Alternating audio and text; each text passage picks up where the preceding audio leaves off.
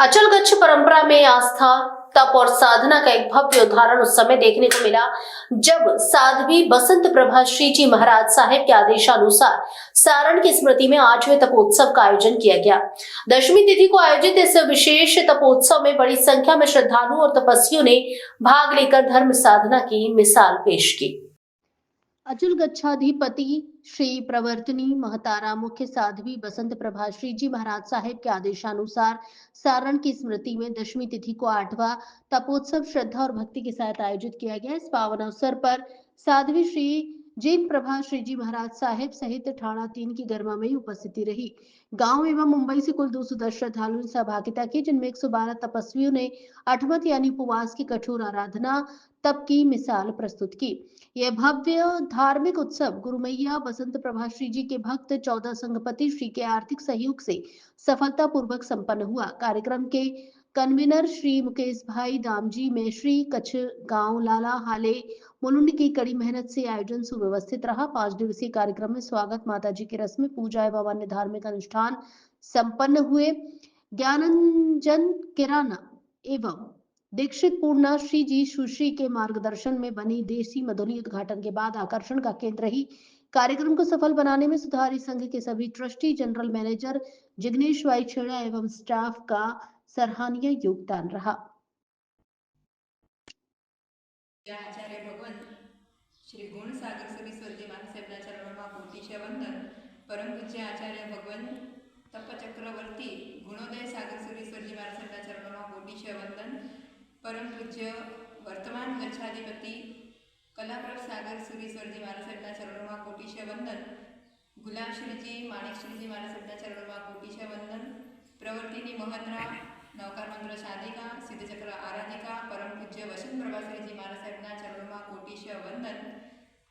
आ सरस मजाનું અઠમ એટલે કે સમાધિ પર્વનું પોષ દશમીનું અઠમ પર્વ સુત્રી નગરે યોજાયું અને આ સુત્રી નગરની અંદર 4 ચાંદ લાગી રહ્યા, કારણ કે પૂજ્ય પ્રવૃત્તિની મહત્રા વસંત પ્રભાશ્રી મહારાજ સાહેબનું આ દીક્ષાનું સ્થળ, જેમણે આ સ્થળની અંદર દીક્ષા ગ્રહણ કરી અને 70 વર્ષ સુધી સરસ મજાનું સંયમ જીવન પાડ્યું અને એ પાડ્યા પછી એની અંતિમ એક ઈચ્છા કે આપણે સુત્રી મુકામે અઠમ મહોત્સવ વૃત્ત કલોલ પાર્શ્વનાથ દાદાની છત્રછાયામાં કરાવવો છે અને માટે જીન પ્રભાશ્રીજી મહારાજ સાહેબ જે એમના શિષ્ય કે આટલા વર્ષો સુધી ગુરુના ચરણની અંદર રહી અને સરસ મજાની સેવા કરી છે અને એમણે પણ ખરેખર આ બધું આયોજન ગોઠવ્યું અને સરસ મજાનું સુત્રી સંઘની અંદર અઠમ મહોત્સવ ઉજવાયો અને એની અંદર કન્વીનર તરીકે મુકેશભાઈ મૈસેરી હાલ મુલુંડ વેસ્ટમાં જેઓ રહે છે એમના સાથ સહકારથી સરસ મજાનું આયોજન થયું અને સુત્રી મહાજને પણ એની અંદર સવાયો લાભ લીધો। 14 સંપત્તિઓના સથવારે આ આખું મહોત્સવ થયું। સાથે અહીંના જે પણ નાના મોટા બધા કાર્યકર્તાઓ કે જિગ્નેશભાઈ હોય કે સૌમિકભાઈ હોય બધા જ કાર્યકર્તાઓની સાથે પાછું એવું નહીં કે જૈન અને જૈનેતરો બધા સાથે મળી અને સરસ મજાનો આ અઠમ મહોત્સવને 4 ચાંદ લગાડ્યા છે, કારણ કે પૂજન વિધિકાર આવ્યા હતા પારસભાઈ પંડિતજી, જેમણે અહીંયા બધા પૂજનો કરાવ્યા। સંગીતકાર હતા ભવ્યભાઈ શાહ અમદાવાદ, એમણે પણ સરસ મજાનું પોતાના સંગીતના સુરો રેલાવ્યા। સાથે આખી વારાણસી નગરી અહીં ઊભી થઈ અને જેની અંદર પાંજો કચ્છ આખું ગામડું જેની અંદર દર્શાવવામાં આવ્યું હતું અને એની અંદર આ સુત્રીજ ગામના બધા વ્યક્તિઓ જૈન અને જૈનેતર બધા જ વ્યક્તિઓએ સાથે મળી અને કહેવાય છે કે આખી વારાણસી નગરી ઊભી કરી અને એની અંદર સરસ મજાનો સાથ સહકાર બધાનો રહ્યો અને પછી એ જ નગરી 2 દિવસ પછી પરમાત્માનું જ્યારે દીક્ષા કલ્યાણક હતું ત્યારે વિરતી વિવાહ મઢુલી તરીકે તે આખું નિર્માણ પામ્યું। આવી રીતે સરસ મજાનું આયોજન 5 દિવસનું બધાના સથવારે આરાધનાના સથવારે સંપૂર્ણ થયું। સંપત્તિઓ કાર્યકર્તાઓ દરેકે લાભ લીધો અને હવે આવા આયોજનો ફરીવાર બધી જગ્યાએ થતા રહે અને અમે પણ એની અંદર હજી આ પરમાત્માની ભક્તિમાં આગળ વધશું અને આવા આયોજનો કરાવતા રહીશું અને આ સુત્રી સંઘની અંદર હજી પણ વધારેમાં વધારે સુત્રી મહાજન આ બધું લાભ લે અને તમામે તમામ ભાઈઓ બહેનો અને તમામે તમામ સમાજના લોકો આની ઓળખ લે એ માટે આ બધું કરાવેલું, કારણ કે આપણે આ દેશની એક સંસ્કૃતિ અને સંસ્કૃતિ બધાને યાદ આવે માટે આખી વારાણસી નગરીનું આપણે આયોજન કર્યું હતું। જેના કારણે કંઈ બોલાયું હોય તો ઈચ્છા मंगलां च सप्तसिं परमं वै मंगलम् ओंकार बिंदु संयुक्तं नित्यं ध्यायन्ति योगिनः कामदं मोक्षदं चैव ओंकाराय नमो नमः अज्ञानं तिमिरान्तानं ज्ञानं जनशलाकया नेत्रमुन्मीलितं येन तस्मै श्रीगुरुवे नमः। परम पूज्य स्वर्गजाधिपति आचार्य भगवान श्री गुणसागर श्री स्वामीના ચરણોમાં નમસ્કાર।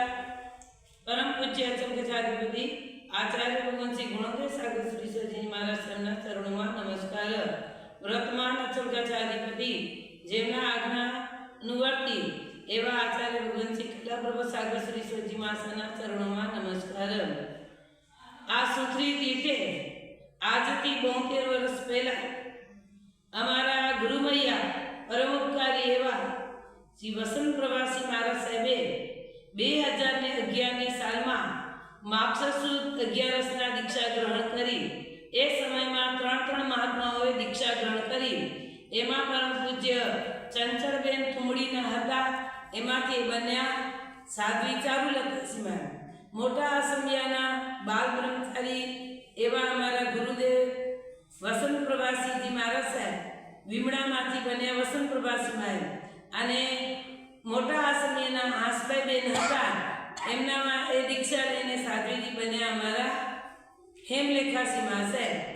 આજે 72 વર્ષ પહેલા અમારા ગુરુદેવ અહીંયા દીક્ષા લીધી અને જ્યારે કાળધર્મ પામ્યા ત્યારે એમનું સંયમ પર્યાય 70 વર્ષનો હતો। એમની એક અંતિમ ઈચ્છા હતી કે મેં જ્યારે સુખરી તીર્થ દીક્ષા લીધી છે એ સુખરી તીર્થના ઘૃતકલોલ પાર્શ્વનાથ દાદાનો પરમ ઉપકાર છે। એ ઉપકારના કારણે અને ગુરુદેવ પોતાના સંયમ જીવનમાં 508મો કરી હતી। એ હેતુથી એમની એક ઈચ્છા હતી કે આપણે અહીંયા અઠમ તપ કરાવીએ। આજથી અમે 6-7 વર્ષ પહેલા મોટા આસમિયાથી પોતાની જન્મભૂમિ ત્યાંથી અમે સુખરી તીર્થ દીક્ષા ભૂમિ અમે છડી પાડતો સંઘ કાઢ્યો હતો। એ છડી પાડતા સંઘ કાઢ્યા પછી એમની ગુરુદેવને હજી અંતિમ એક ઈચ્છા હતી કે આપણે અઠમ તપ અહીંયા કરાવીએ। એ અઠમ તપથી અમે 112 જણાના સંગાથે ગુણ ગુલ્લા વસંત પ્રભા સુપાસ્વ પાસ્વ જીના અઠમો તપ એટલે કે તપસ્વની ઉજવણી કરી। આ ઉજવણીમાં અમારી કે 12 ડિસેમ્બરથી અમારી 15 ડિસેમ્બર સુધી આવું સરસ કાર્યક્રમ થયું।